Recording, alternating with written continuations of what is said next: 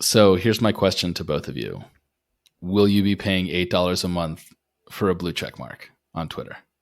So I will confess that I actually did pay for Twitter Blue, which is its current iteration, but I got a subscription when it was only $2.99, and I had it for like 3 months, and I canceled it the day before Elon's purchase of Twitter went through.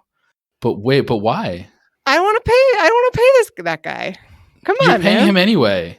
It's not how this. You're paying him with your attention. This is what I don't understand. Like, there's no difference between paying him $8 a month and paying him with the ad revenue that you get because we're all addicted to this toxic platform. You're paying him either way. You are the product. Have you learned nothing about content moderation? But if you're paying him by your attention, why would you augment that by paying him more? Because I need the peer validation of a blue little check mark. No, so the thing is, I think that the checkmark plan completely misunderstands the dynamics of Twitter. Paying for a checkmark means that you want people to like you and think that you're cool, which is cringe, which is the cardinal sin on Twitter. Nobody will want to pay for a blue checkmark. If you have a blue checkmark, you will be bullied mercilessly. Twitter is just one walking cringe. Everyone on Twitter just wants to be liked by everyone else.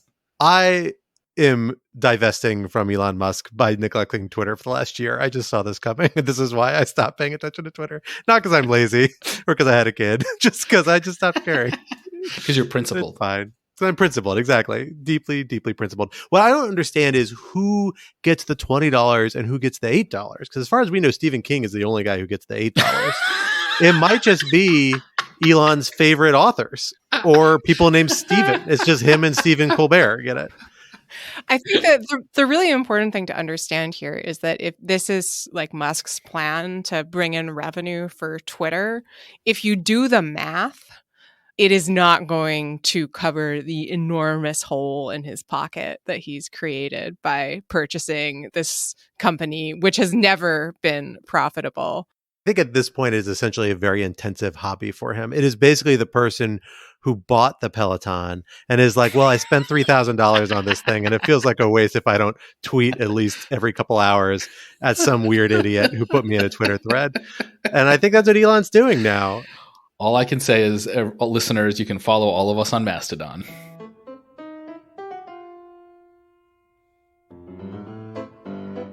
Hello, everyone. Welcome to Rational Security 2.0. I am one of your co-hosts, Scott R. Anderson. I'm thrilled to be here in a very spooky post-All Hallows Eve edition with my other co-host, Alan Rosenstein. Hello. And Quinta Jurassic. Hello. I have a question, though. Wait. Please. If there's All Hallows Eve, which is what Halloween is there All Hallows Day? This is Hallows. This is All Hallows Day. What is All Hallows Day? I've never heard of All Hallows Day. It's for the Hallows. It's the day after All Hallows Eve. Yeah, exactly. It's for the Hallows. Yeah, they did a whole song. Lady Gaga did a whole song about it. With that. It is All Saints Day, and apparently there is also God, now it is sometimes called Hallowmas, which I love. It sounds like a brand of marshmallows or something. Oh, I like that Hallowmas. We should. I mean, it's also Dia de los Muertos, right? So there's that. Yes, fair.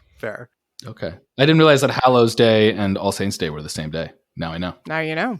There you go. Could we hallow them? They're the most hallow. I hallow you guys. Hello to both of you. Hello. Well, Alan and Quinta, how was your All Hallows Eve Halloween? Mine was great. My toddler dressed like a dinosaur and ate his first Snickers bar. And I have to tell you, the look of like sugar high frenzy in his eyes when he like turned to me with his just face covered in chocolate. It just this look that was like, dude, this exists. Where has this been the entire 19 months of my life? It was awesome. My son insisted I tried to go on a walk to try and go see all the costumes. He was very interested in briefly. And then he insisted. I was like, oh, but he's going to get a little scared. He's going to be a little too much. He's only a year old. Instead, he took me to the middle of the park near our house in the middle of the night in the creepiest corner of our neighborhood I've seen. And I'm like, why are we here, Reese? What are we possibly looking for? And he just looks at me dead in the eyes. He says, soccer ball. And this is where at toddler soccer the weekend before, I had taken a soccer ball away from him and made him put it back in the bin at the end of soccer lesson. And it was if he was telling me, this is what I'm going to do to you. I'm going to put you in the bin now with the soccer balls. I think he just wanted to play soccer, but it was still a lot. And I was like, it's like 6 o'clock at night. Kids can be amazingly spooky. Very spooky, and also weirdly good sense of direction. I was like very impressed by this because it's a distance from our house for a 1-year-old. He's like a bird. He can magnetically guide himself. I think that's right. Balls. Exactly. It's a grid system. It helps probably a little bit. It's like 2 turns, but still. Well, I am excited to be here with both of you for what we are calling the Happy Hallowmas edition, because on this very, very saintly Hallowmas day, there are still national security stories that need some dissecting that I'm looking forward to digging into with the both of you. Topic 1 for today, a home invasion in the house. A man connected to various online conspiracy theories entered the San Francisco home of Speaker of the House Nancy Pelosi this past week and violently assaulted her husband, all as part of a plot to kidnap and torture her.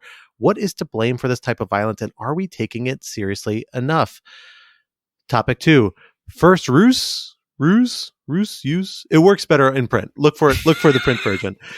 The Biden administration's recently released nuclear posture review has taken many progressives by surprise. It appears to walk back from candidate Biden's commitment to a policy against first use of nuclear weapons. Is their criticism fair? What should we make of the Biden administration's nuclear strategy? And topic 3, trust and the fourth estate. The Justice Department has codified new guidelines putting significant restrictions on when and how prosecutors can subpoena and arrest journalists. Are these restrictions well-founded, or do they go too far? For our first topic, Alan, let me hand it to you to set us up and get us started. So on Friday, David DePape, I'm not actually sure that's how you pronounce his name, so apologies if I mispronounced that. He's a 42-year-old former nudist and Green Party supporter who, in the last 2 years, apparently fell under the influence of some right-wing QAnon, Pizzagate type conspiracies. He broke into Nancy Pelosi's San Francisco home and attacked her 82-year-old husband, Paul, apparently asking, "Where's Nancy?" Before seriously injuring Pelosi's husband with a hammer.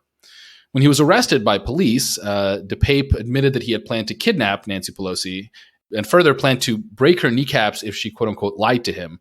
He wanted to do this so that she would have to go to the House floor in a wheelchair. Democrats and many Republicans have condemned the attack, but there's been plenty of right-wing mockery and disinformation. Even Elon Musk briefly retweeted a conspiracy theory about David Pape being a male prostitute before mercifully deleting that quickly.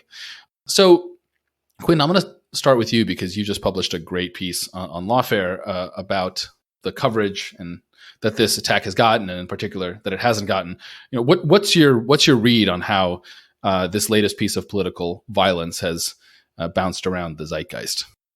Yeah, I mean, so the attack is really horrifying. And it's worth saying that, I think it maybe hasn't gotten as much attention as we might expect for an attack on the family member, an attempt to kill the Speaker of the House, who is, after all, 2 heartbeats away from the presidency.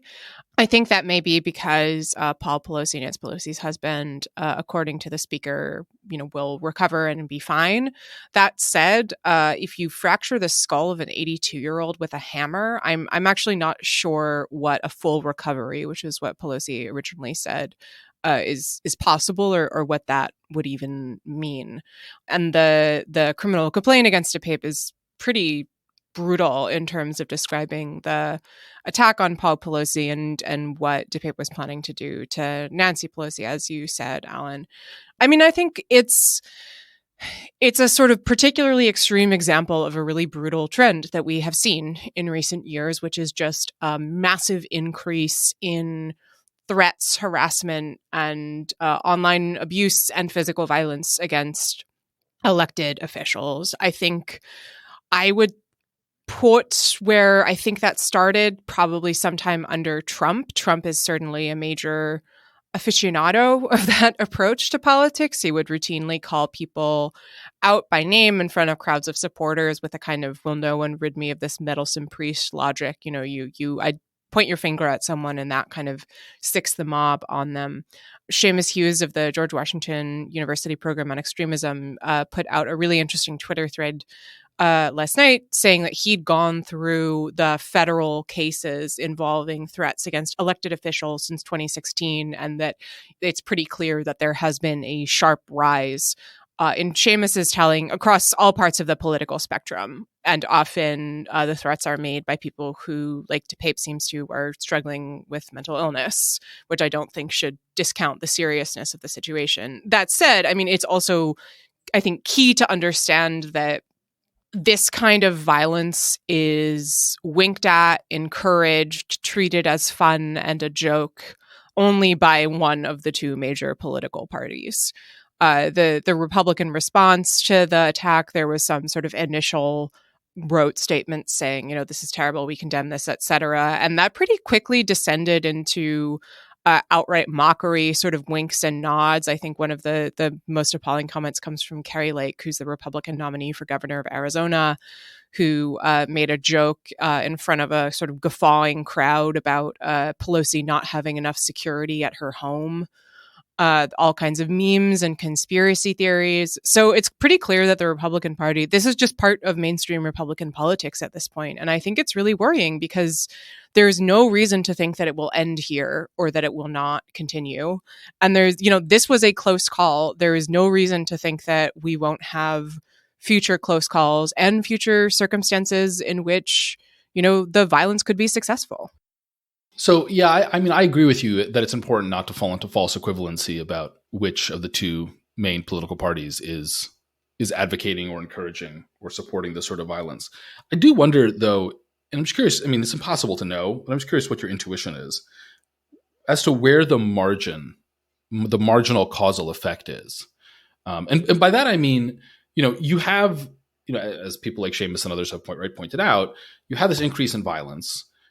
The increase in violence is across the political spectrum, right? I mean, obviously, there's the famous shooting a few years ago of the congressional Republican baseball game that nearly killed Steve Scalise, right? There are threats against Supreme Court justices, especially on the right, right? That person who, was planning on attacking Kavanaugh because he wanted to prevent Roe versus Wade being overturned.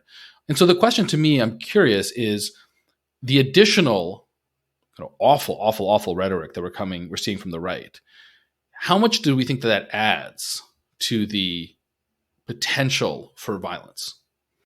Yeah, look, it's a good question. It's an empirical question that presumably has an empirical answer, and I don't know if we have the numbers at that point, right? It would be interesting to take a look at all of the charging documents in all of these cases and see where people are pulling their messages from, right? So, for example, another recent case along these lines on the right was the case of Cesar Sayoc, who listeners have probably forgotten in 2018 mailed a number of pipe bombs to a number of high-profile Democratic politicians. His lawyer later said that Sayoc had intellectual disabilities. He wasn't doing well in a variety of ways, had taken to watching Fox News and essentially believed what he saw on Sean Hannity, that the Democrats were involved in a sinister plot to take over the country, and responded by sending out pipe bombs. Certainly, I'm not saying that there's, the left has never engaged in violence. Obviously, the 1970s was a period of pretty extreme violence by groups on the left, among others. But I just don't think you can find that kind of rhetoric in prominent places on the left or in the Democratic Party. And one important note here, there's some really interesting research in a recent book called Radical American Partisanship by political scientists Liliana Mason and Nathan Kalmo, who point to research that suggests that the language of political elites can have a really strong impact on whether or not partisans specifically support violence. That if an elite suggests that violence is good and should be encouraged, that people will be more open to violence. If a leader of a political party speaks in sort of calming words and suggests that people should, not be violent, should walk away, that turns people away from it. And so I do think that with that research in mind, the fact that the Democratic Party has sort of universally condemned the Scalise shooting, condemned the attempted attack on Kavanaugh, whereas the Republicans, it's a mixture of sort of condemnation and jeering and even encouraging, really matters. Yeah, I'll second that. I mean, I think it becomes too close to say this is a correlation or phenomena that really ties in with the onset of the Trump era, which I don't think is quite what you're saying, Quinta, but I do think it makes maybe worth clarifying that a little bit, right? Like, we've seen a build in political violence, and not for the first time in American history. We've had other periods where political violence has been more prevalent in American history than others, even more prevalent probably than it is today. But we've seen it on the rise really for many years, going back to the Obama administration, beginning of the Obama administration. There was a lot of worry about, escalating violence that's mostly motivated by political rhetoric, racist rhetoric, but going back to those era. And we're seeing a kind of continuity now where it's kind of coming to new fruition. I think the parts that are different is that two things. One, you just put your finger on exactly, Quinta, which is that we no longer have this consensus around condemning these acts of violence and really making the point that this is terrible. None of these people who are making casual jokes and asides about this incident would say this was a good thing if squarely asked about it. None of them would actually encourage it. Frankly, not many of them would probably expressly, although they nod towards, certain conspiracy theories and ideas, QAnon type ideas that appear to have motivated this individual, although they may do a lot to facilitate it by a lot of accounts.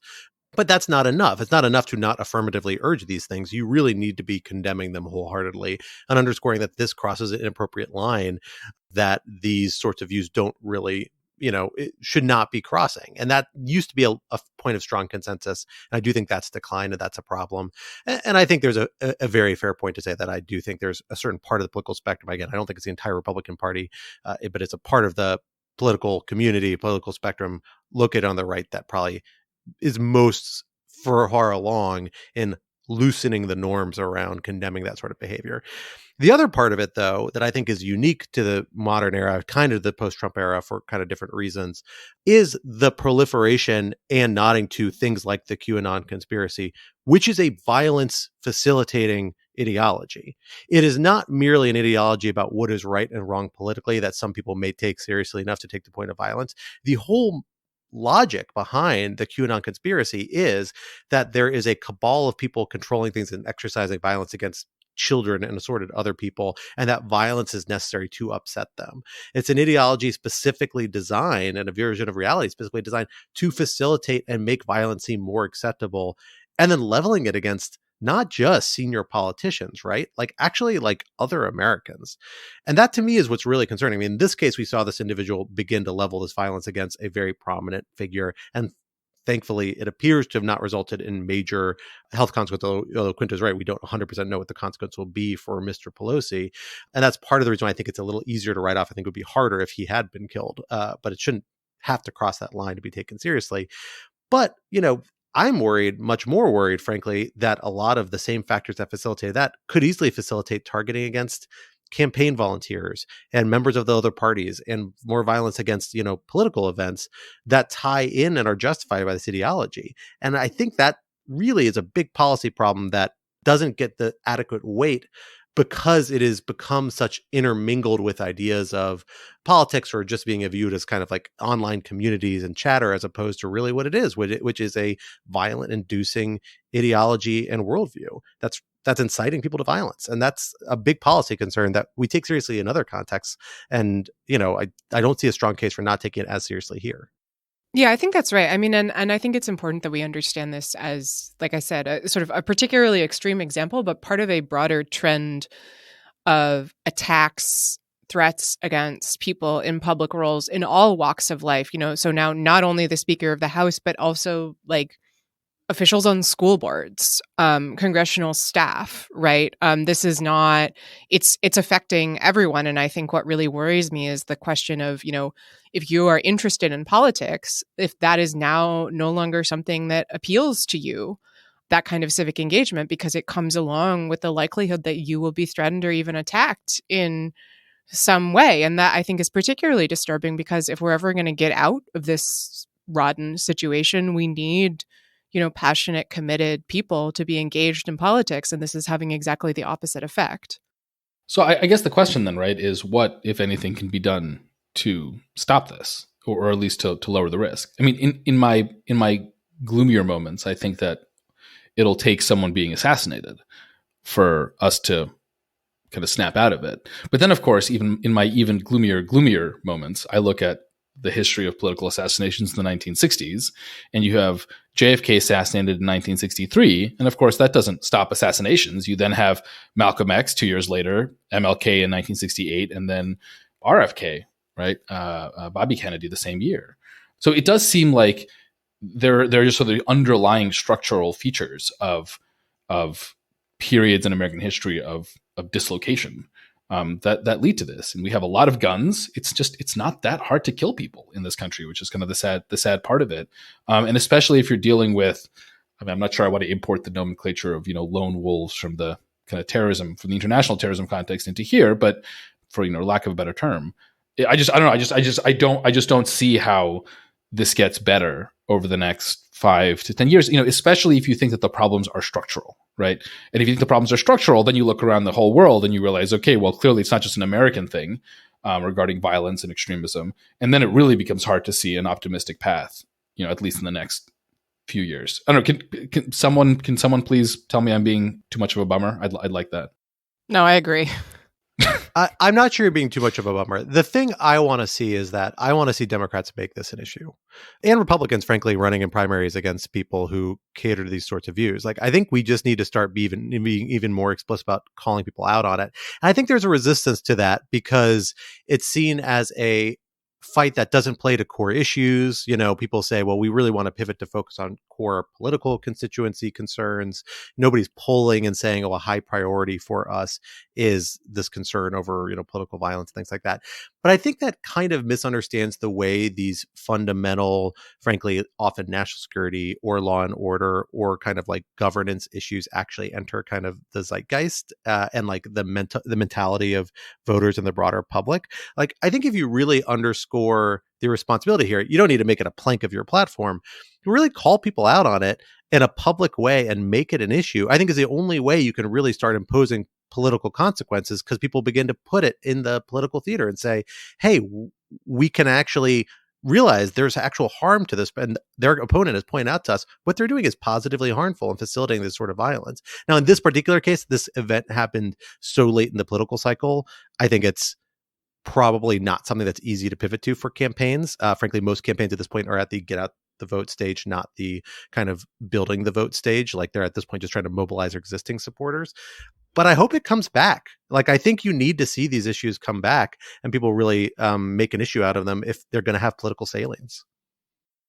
Yeah, I mean, I guess I worry that if you had a bunch of Democrats go up and say, our opponents are encouraging people to come and kill us, that a lot of Republican voters would say, awesome, because that is the direction that political discourse has gone.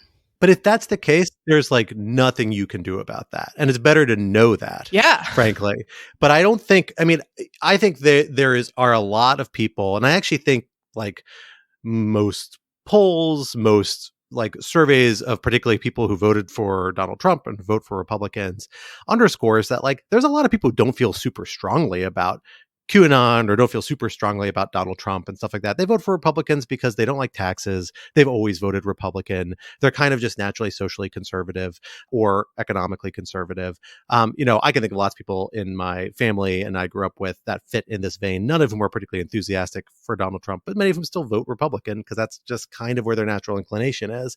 But issues like this like matter to them. I think they really matter to like Liz Cheney types and other people who've really come out and taken a pretty strong stance against what is frankly the biggest iteration of this violence, which is January 6th, right? Like, I think it actually is an issue. I think if you look at folks like The Dispatch or The Bulwark, a lot of those writers, a big thing that I think drove them away from the main thrust of the Republican Party now was over issues like this. And I still think they're there. Those issues matter. We just need to find politically ways to really make them salient and underscore the difference. And I don't think that struggle is over. I don't think writing it off is the right approach at this moment. So I think I disagree with both of you in certain respects. So I mean, Quinta, I think you are frankly overstating it. That if Democrats came out and said the Republicans are trying to kill us, a bunch of Republicans, right, even a sizable minority would say, yes, that's what we're trying to do. What I do think would happen, though, and this is kind of why I'm so more skeptical of Scott's idea of trying to politicize this through the normal channels of domestic politics, is that you would end up with a lot of whataboutism, right?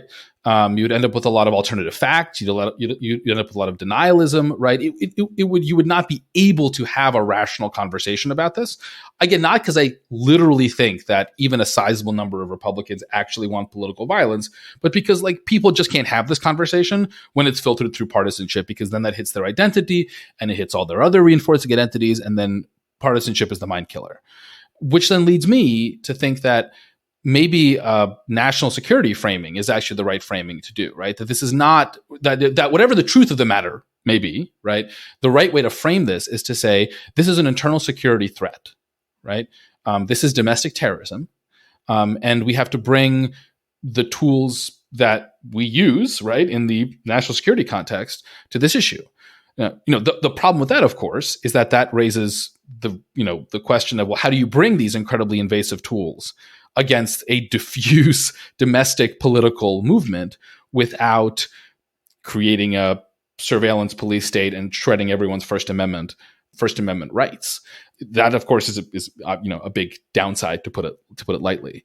I'm just trying to think through what are the ways in which this country can even have a conversation about the fact that stuff like this is happening, and it's really very bad. Yeah, I 100% agree with that. And that's actually a clarification maybe worth making. I don't think the secret is to make this a partisan issue. I think the secret is the opposite. You need to make it an issue about conduct that is, regardless of party, bad conduct pursued by individual candidates, and nail those candidates for it. I think trying to tie it to the broader Republican Party and other issues like that, while we can see systemic problems perhaps at that point, I think is probably likely to be less effective. You've got to reinforce it as a norm that's bad for individual candidates. And part of that can blend in to say, this is a policy problem that needs policy responses. This is a national security threat. I think those two kind of go hand in hand in a lot of ways. And that is the tack I think you need to pursue down. Yeah, Alan, to your point about the national security framing, I mean, I think there's certainly a lot of truth to that, right? Like if you read how DePape describes his plan to the police, he's describing trying to commit violence against Pelosi to frighten other members of Congress. I'm comfortable describing that as terrorism. The problem, I think, is that we have seen the Republican Party lose its mind over this before. We saw it with January 6th. Every time that there's been a description of the insurrectionists as terrorists, there's a lot of conversation about, turning the state against everyday hardworking Americans. We saw when Merrick Garland issued a letter warning about threats to teachers, members of school boards, folks involved in education, that cited another letter that referred to violent threats against school board members as comparable to terrorism. Garland got grilled before the Senate, really hauled over the coals for comparing, concerned parents to terrorists, which he had not done. And so I worry that though that framing of national security is potentially a very powerful one, it also hands Republicans who want to sort of make this more of a culture war issue a very powerful set of tools to say, see, the government is just going after you for expressing your First Amendment rights. Well, speaking of the use of overwhelming government force, how was that? I thought that was an okay transition, right? Yeah, all right. The Biden administration released its nuclear posture review on October 27th. This is a document that's been released by the last handful of presidents, sort of trying to make sense of, as far as I can tell, why the U.S. has nukes and what we should do with them and whether we should have more of them.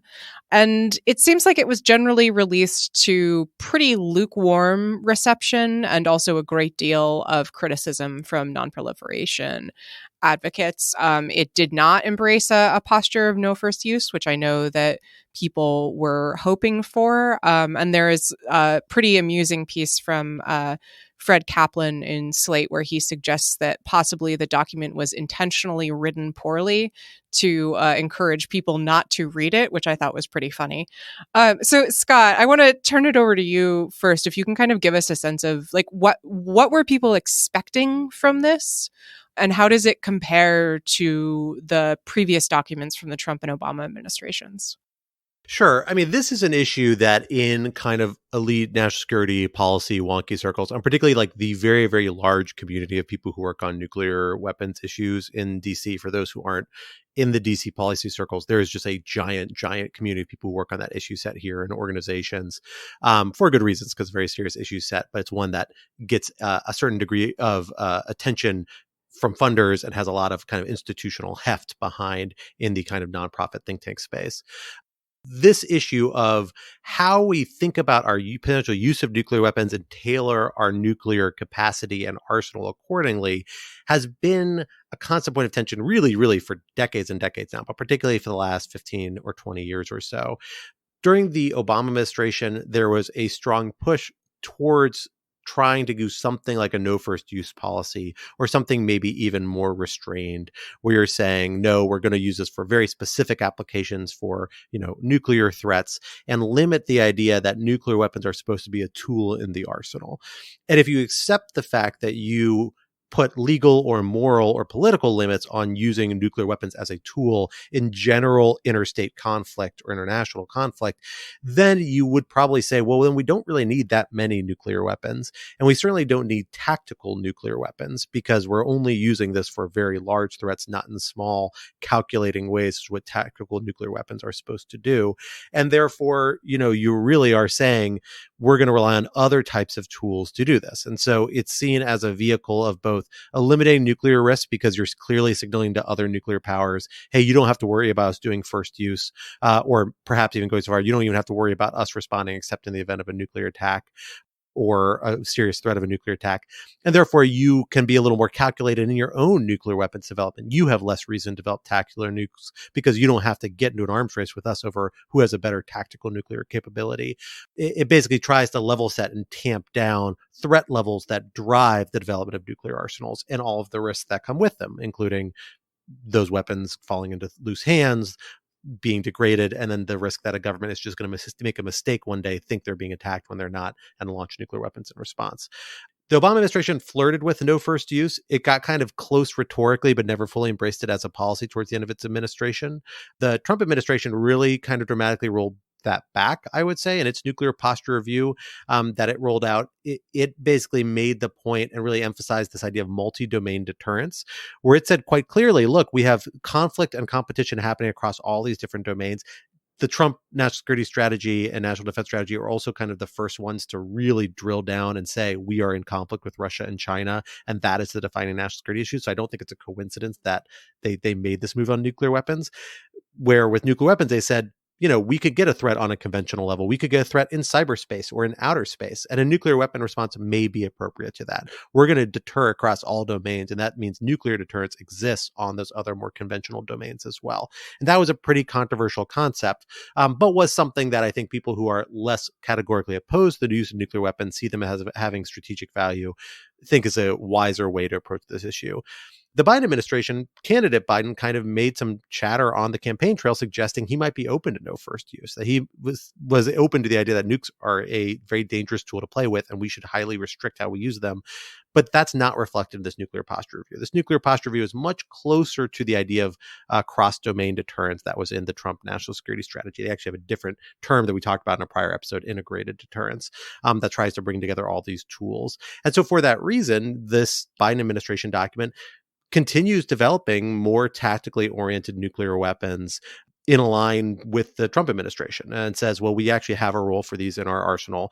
They also cut out some of the biggest nuclear weapons and say we're going to stop supporting these and remove these eventually from our arsenal or limit their role, precisely because it's seen moving in a more tactical domain about where nuclear weapons, in theory at least, could be used in a variety of circumstances.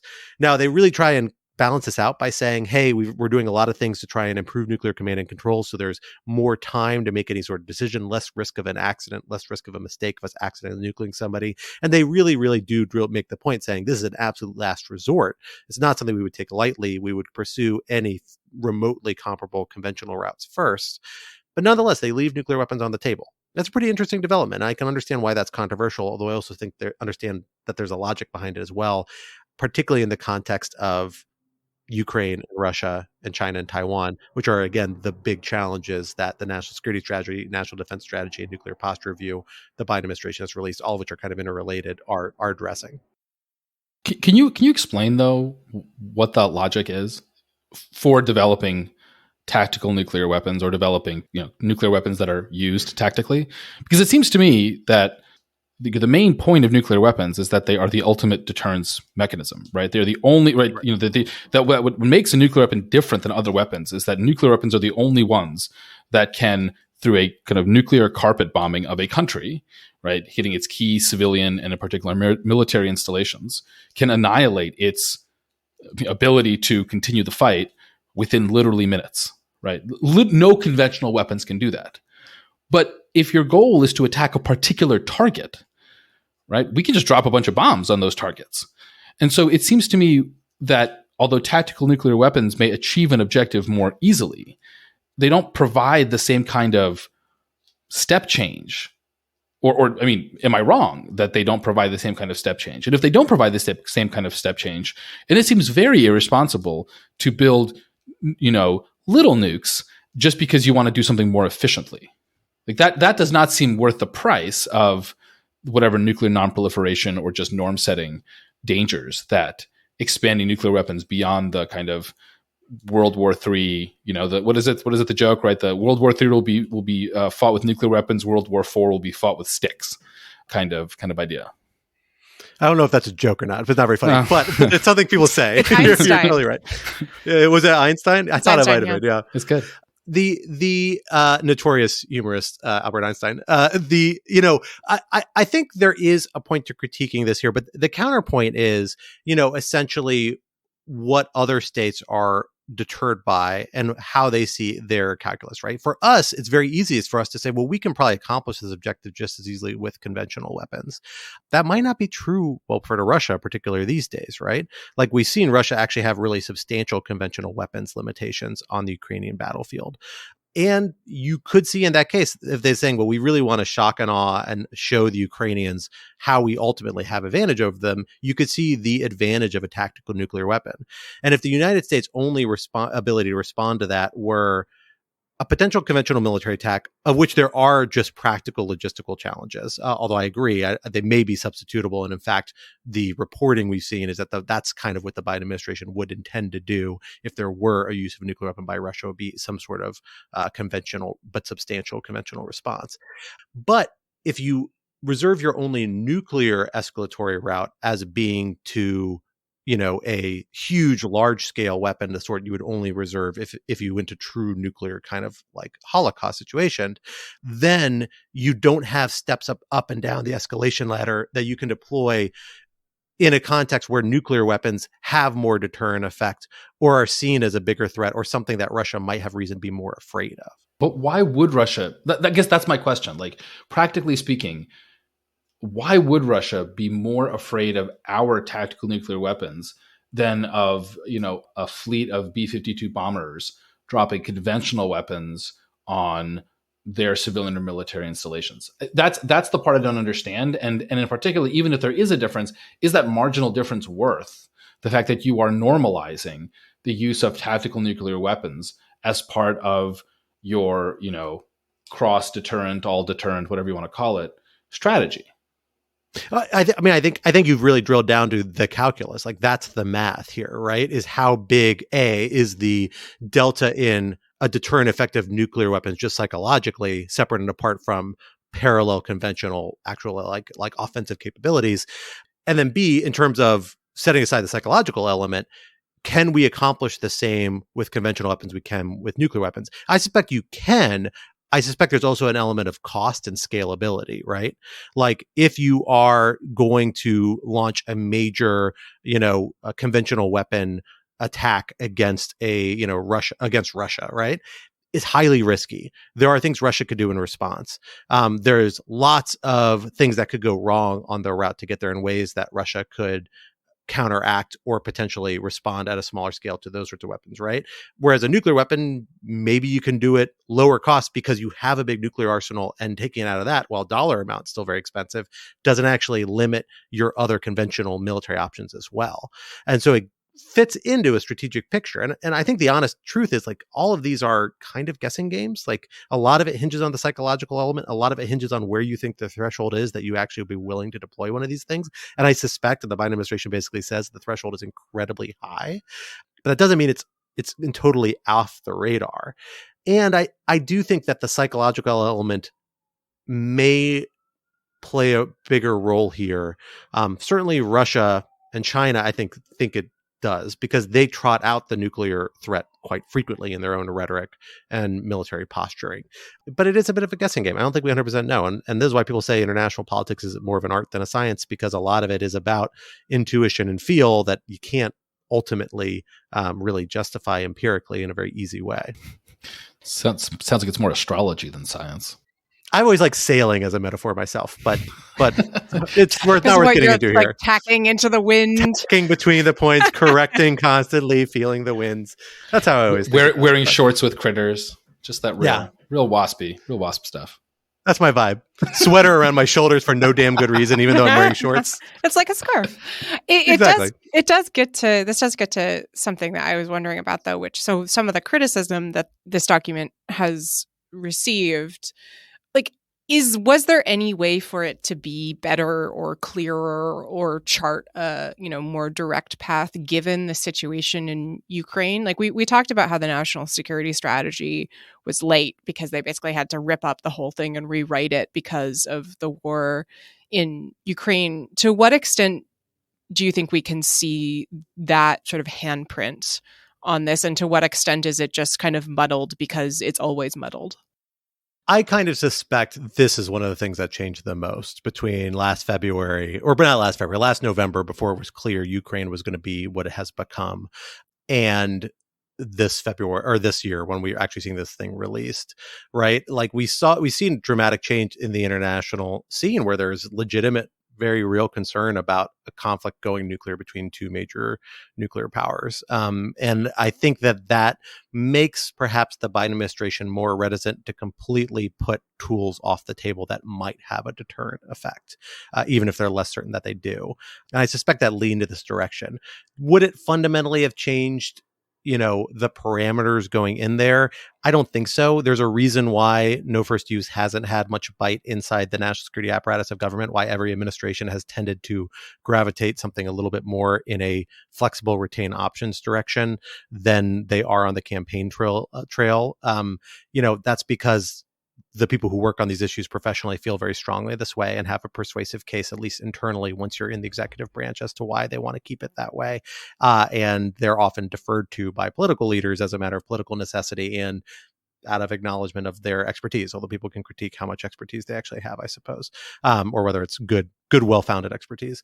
But that is a persuasive case we see across political administrations in a variety of arenas, in national security, but particularly in this case.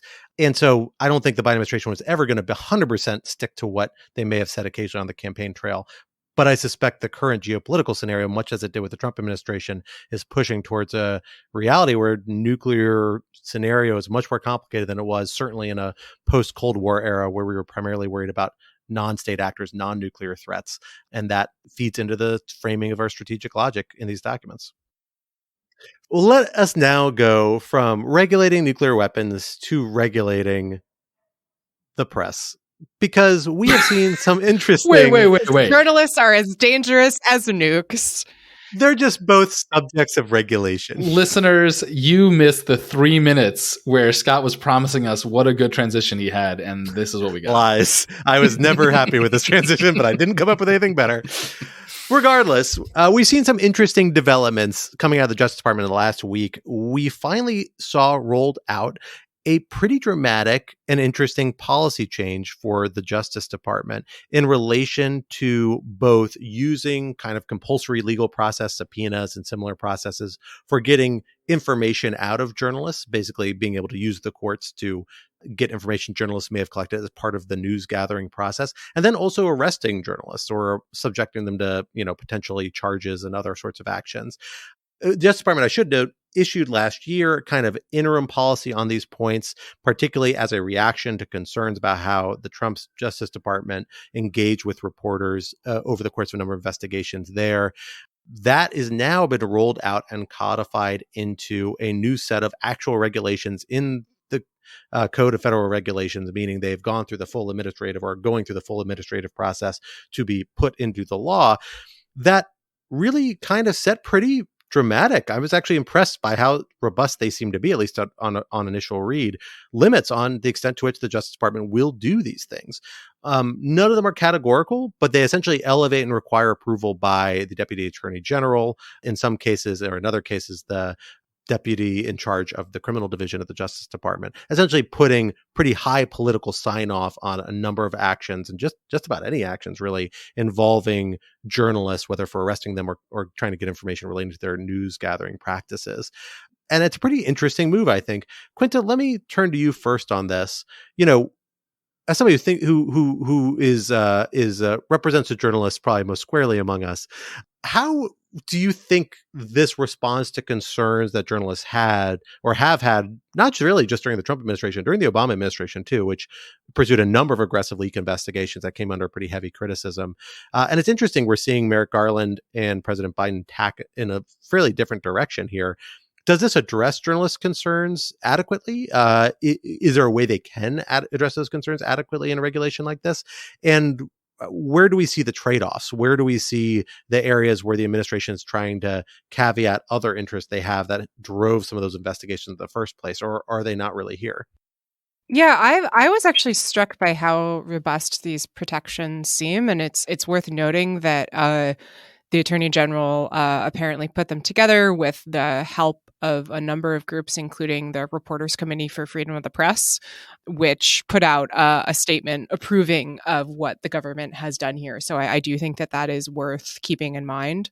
And yeah, as you say, I think it's easy to position this as kind of, Garland fixing errors that were made under Trump, but this really is a problem that goes back to the Obama administration in terms of journalists being concerned about investigation and even potential prosecution, given that there is no, it's usually called a shield law that would essentially protect journalists for prosecution in the reporting process.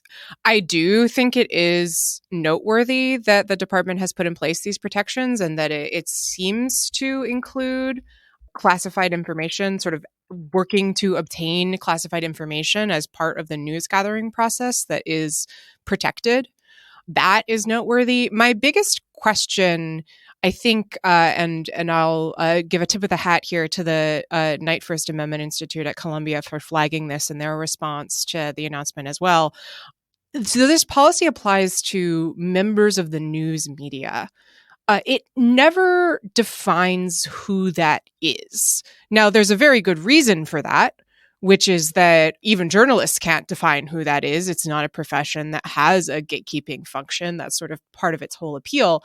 But in the current era, there is a lot of gray space that, where being a journalist versus being a, malicious actor, where you shade from one to the other. Jack Goldsmith has written about this very cogently on Lawfare when it comes to WikiLeaks.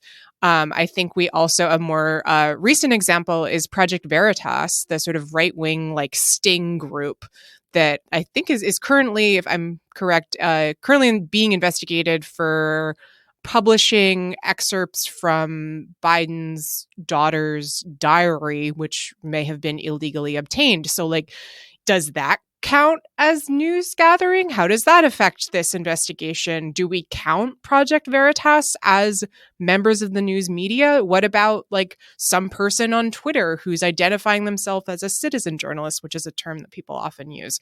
So I imagine that there's going to be a lot of fighting about where exactly that line is.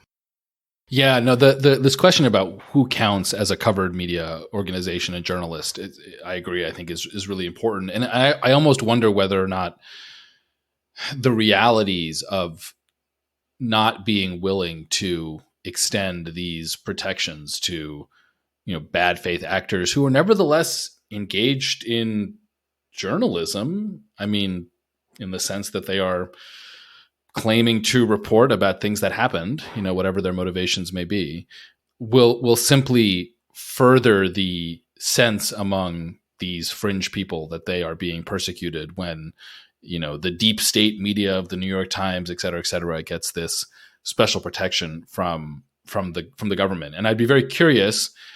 And here I think, on the one hand, it's great that the department is being so transparent, and not just being transparent, but memorializing its policies in these, binding regulations.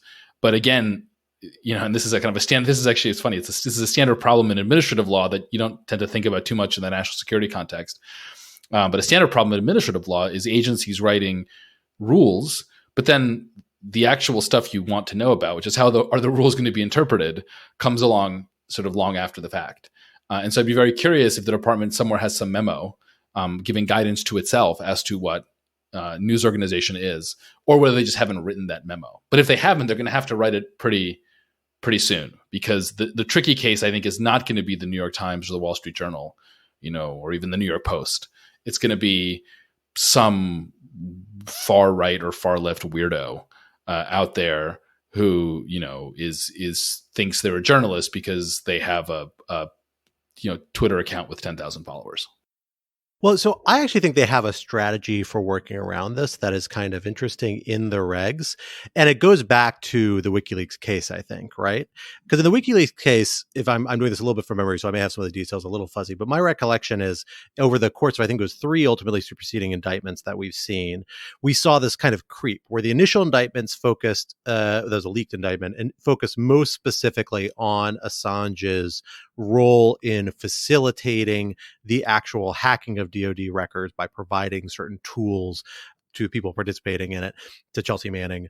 I think it was entirely focused on the Chelsea Manning case, if I recall correctly. And it has since expanded a little bit in ways that, depending on how you read the complaint, get a lot closer to what sounds like much more conventional news publication activities about posting records. There's also a lot of discussion about not pursuing mitigation measures with conventional media. And here, actually, the most important line is that one in the first complaint, where news gathering has an exception for where you engage in criminal conduct. And it's actually pretty express about it, as far as I can tell, as far as you ever are in these kind of guidelines, which are a little broad, where they say essentially, look, news gathering includes all sorts of things, but it does not reach the point at which you are actively violating the law, including computer access crimes or conspiring to do so with another individual. That does not constitute news gathering. And it seems to be shifting the burden really to that line, because it says here, if there is any doubt about whether an entity constitutes as a member of a news media, that determination has to be made by the Assistant Attorney General for the Criminal Division. So it's taking, insofar as the limitation here, the breaks, the restraining factor is the elevation of the decision making. That is the second highest level. I think some things have to go to the Deputy Attorney General about arresting journalists, but that determination is the second highest, if I'm recalling correctly from the set of regs, meaning that it's providing as much disincentive as it can to determine somebody is not a member of the news media when they colorably might be. I think that would include blogs and things like that. But the line where it says it's clearly excluding what constitutes news gathering is around that criminal conduct. And I think that's really interesting. I actually find that to be the best answer, although I get why people still have some concerns about it, but probably the best answer to this question that's raised by the Assange case, saying, well, what is, First Amendment press activity? What isn't? I think the participating in the criminal conduct to acquire it is probably as good a line as you're going to get. And to me, this seems to double down on it, which I think is really interesting. But do you guys think I'm misreading that? Am I reading too much into that? Or does that seem about right to you? What do you think about that as a line? No, I think that makes sense. And you are, when it comes to Assange, I definitely agree. Like that first indictment that involved, I suppose we'll call it the reporting in air quotes process. I actually remember a lot of journalists kind of breathing a sigh of relief when that came out, because it was so focused on, essentially, if I'm remembering correctly, giving Manning specific instructions about how to access information, rather than, accepting information from her or something like that.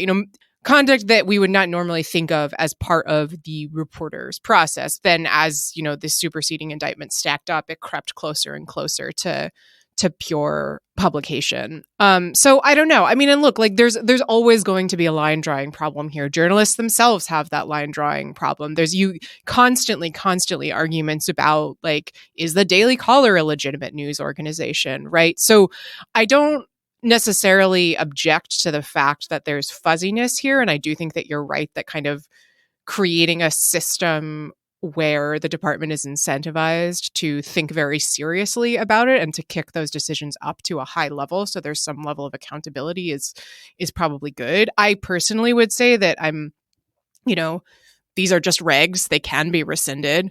I personally would probably be more comfortable if we actually had a law on the books, but I highly doubt that's going to go anywhere. I don't know. Alan, what do you think? Yeah, I mean, there's no perfect way of doing this. And I'll be honest, I think I agree somewhat with Jack Goldsmith in that I've always been a little skeptical of the umbrage at which the umbrage the news media takes when it is subject to the same criminal process that the rest of us are. Journalists love to complain about things. It's our favorite activity. Well, but then there's also that saying, or never argue with someone who buys printer's ink by the barrel. They have an advantage, obviously, in defending themselves against these sorts of, at least in the court of public opinion. Yeah, I mean, I've always been a little skeptical of that.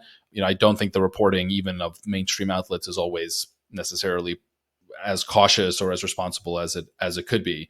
But all of these are fundamentally quibbles when you put them next to the just ludicrous level of overclassification that we have in the government. I mean, I think the fundamental problem here, and why I'm ultimately very much on the side of not investigating journalists unless you have some real reason to think that they explicitly instructed or aided and abetted the exfiltration of some document or something like that, is that there is just so much that is classified and overclassified in the government. And that if government leaks stopped, not only would that be like bad for journalism, which, one might say, well, who cares? That's not the point.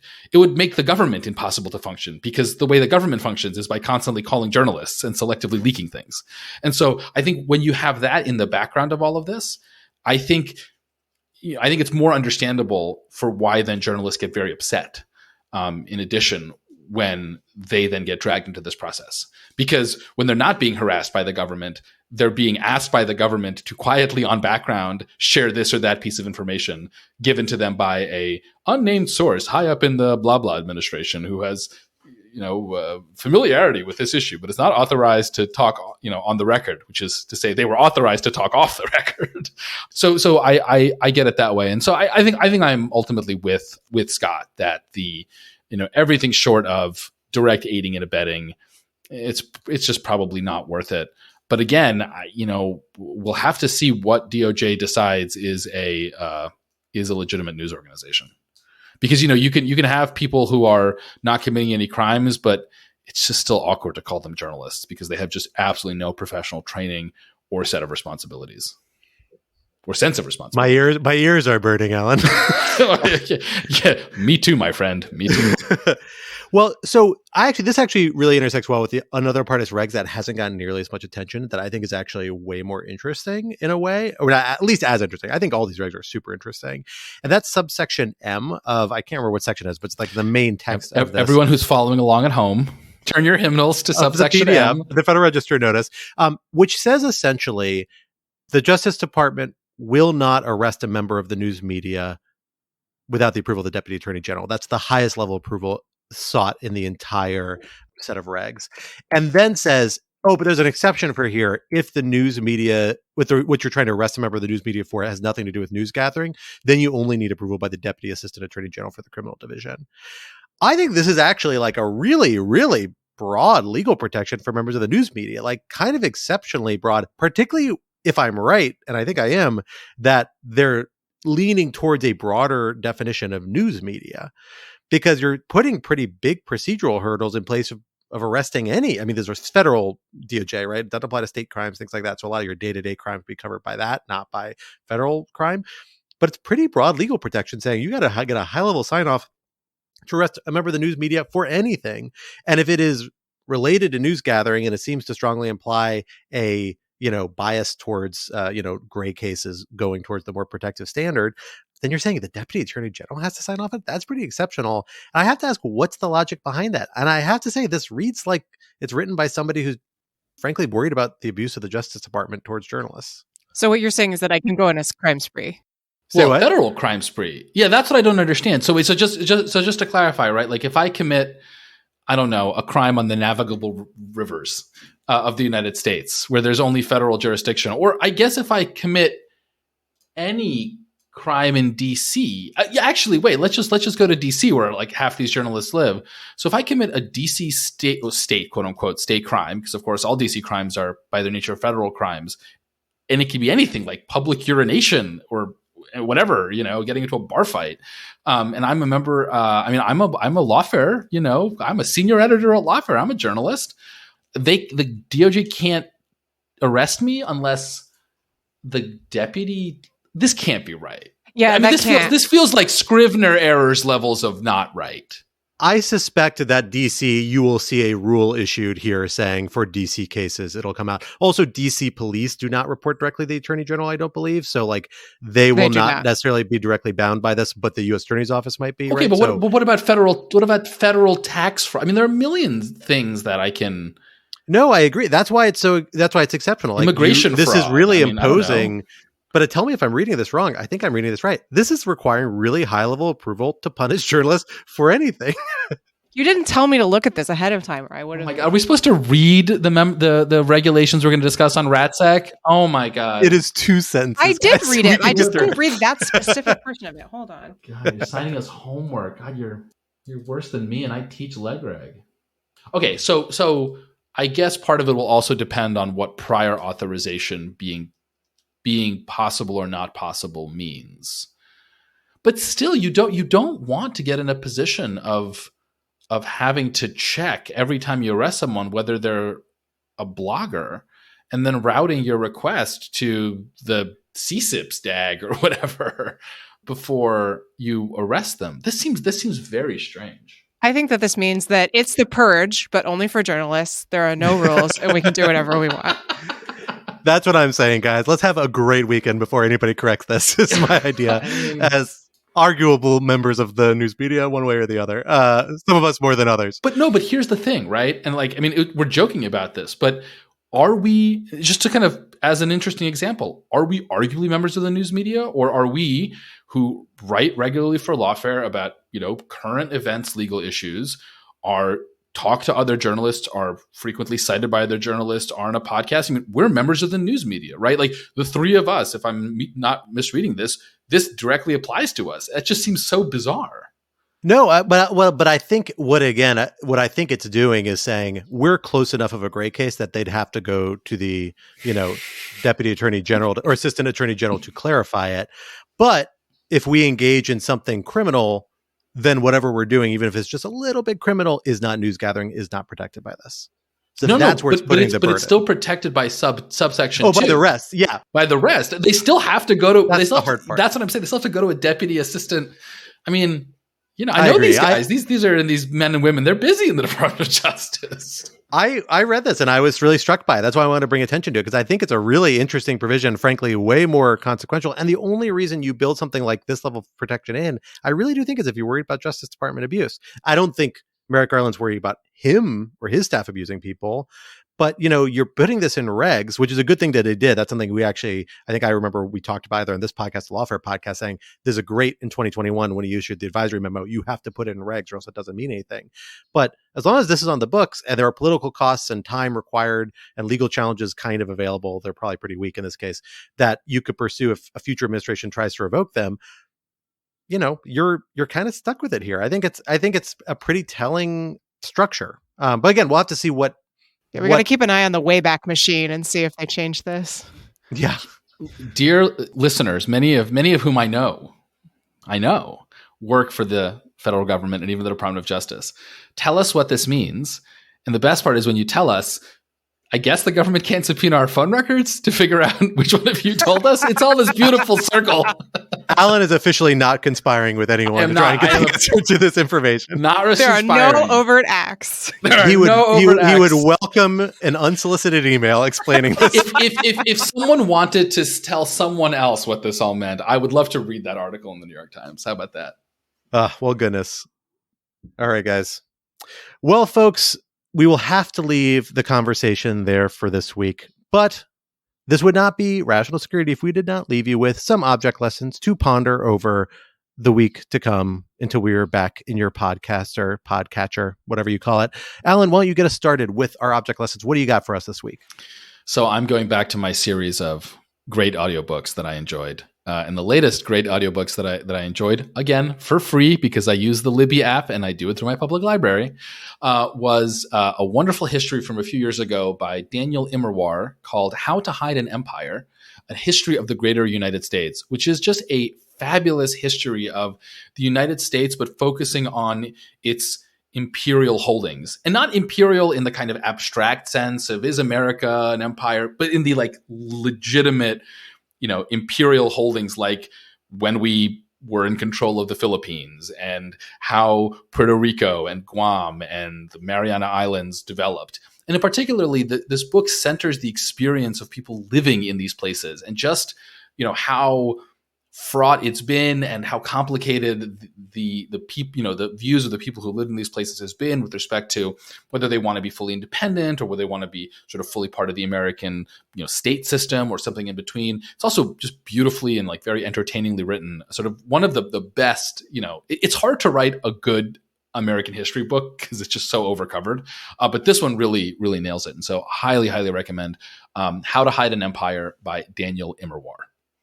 I will say I have read that book. It is an excellent book and a good read. And a certain perspective, I don't necessarily buy all elements of it, but I think the history is very good and interesting. If you're particularly a lawyer interested in this stuff, because I love extraterritoriality, I think it's a crazy, crazy aspect of American law that's handled so interestingly throughout history. A great companion read to this that I went and reopened after I read this when it came out is Cal Rastiala's I'm sure I'm saying that wrong. I'm so sorry, Cal. I've met you before and I don't know how to say your last name. I'm finally admitting it now. But I've admired your work for a long time. He wrote a book in 2007, 2008 called Does the Constitution Follow the Flag?, which digs into a lot of the interesting legal issues around this, a lot of which are coming back for Supreme Court and then being denied cert, but nonetheless making it up to the Supreme Court now in a variety of challenges to the insular cases. So really interesting set of issues. Those two books make a wonderful marriage together for anybody who wants to have a real deep dive into the law of empire in the American legal system. Quinta, what do you have for us this week? I have the beautiful fall foliage in Washington, D.C. It is so gorgeous out there right now. I have been informed by none other than Capital Weather Gang, my favorite source for weather information in DC, that the fall colors are particularly vibrant this year. I don't know if that's true outside the DMV, but I assume that it is. It has just been absolutely beautiful out there. I have really been enjoying it. Every time that I, look out at a tree, I feel a little spark of happiness, which is great because the world is otherwise just completely unrelentingly bleak. So I guess the object is like leaves or the changing seasons. I don't know, but it has been very gorgeous, and I will put a picture of the fall foliage in our show notes. I was going to say your picture of Rock Creek Park is lovely, but also I just want to say, as an upper Midwest supremacist these days, that it is also lovely here. It is high of 70 today with a high of 72 tomorrow. We also have I think leaves. It's actually exactly the same here. Yeah, that's what I'm saying. That's what I'm saying. Everyone in DC move to Minnesota. Great social services, cheaper houses. Well, for my object lesson, I will double down on the outdoor endorsements. I'm in fact recording this in my backyard as we speak, so you may hear some birds chittering and neighbors hammering things. But in the event that you don't, I'm going to double down and dig back into my old familiar haunts with a cocktail recommendation. The cocktail I will be recommending is a little cocktail that is named the same way I like to live my life, which is Naked and Famous, which is a phenomenal drink. It combines equal parts mezcal, lime juice, preferably fresh squeeze. So I've been using a little bit of that organic jarred stuff, and it works too. It's fine. And because limes are a lot of work to squeeze, you're making a lot of these drinks for people. And then Aperol, a kind of a red aperitif Aperol that I have been using Don Ciccio, DC's local Amaro distillery Ambrosia Aperitivo, which is a great substitute that I like a little more of the regular Aperol in this application. And then Yellow Chartreuse, a lovely liqueur that does not get enough love. And frankly, I bought a bottle of it and then couldn't figure out what the heck to do with. And this is the way to do it. So I highly recommend this cocktail, even though it's not particularly seasonally appropriate. It helps you weather these last few warm days of fall with something a little bit tropical before we set into proper winter. And with that, I believe that brings us to the end of this week's episode. Rational Security 2.0 is, like its forebear, a production of Lawfare. Follow us on Twitter at RATL Security and be sure to leave a rating or review wherever you might be listening. While you're at it, visit lawfareblog.com for our show page with links with past episodes, for our written work and the written work of our other Lawfare contributors, and for information on Lawfare's other phenomenal podcast series.